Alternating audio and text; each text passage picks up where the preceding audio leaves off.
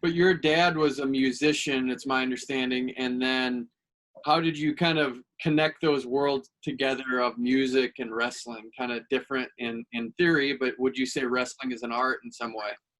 Yeah, well, I think there's a lot of similarities actually. And I think about that.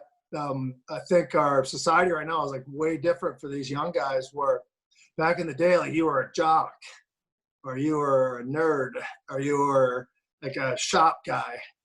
And I never really liked to be in one group. I kind of like to stray between them just to find out what made each group tick.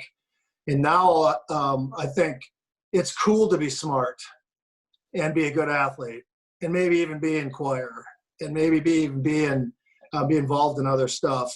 And that's been a really good change, because I don't think this generation, I think their whole identity is wrapped up in just a wrestler.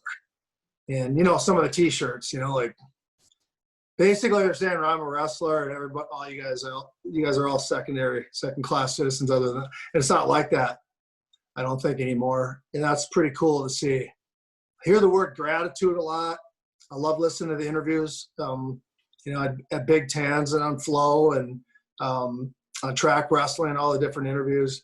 And I just hear people like be a little bit more grateful for the opportunities and yeah, so it's pretty cool. But I think music I like the music that's probably just under the radar.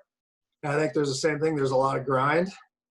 They're living in vans, probably no health insurance, trying to make their way. And wrestling's gotten better with the regional training centers, and athletes can actually make a living to a certain degree, but you still got to work your way up.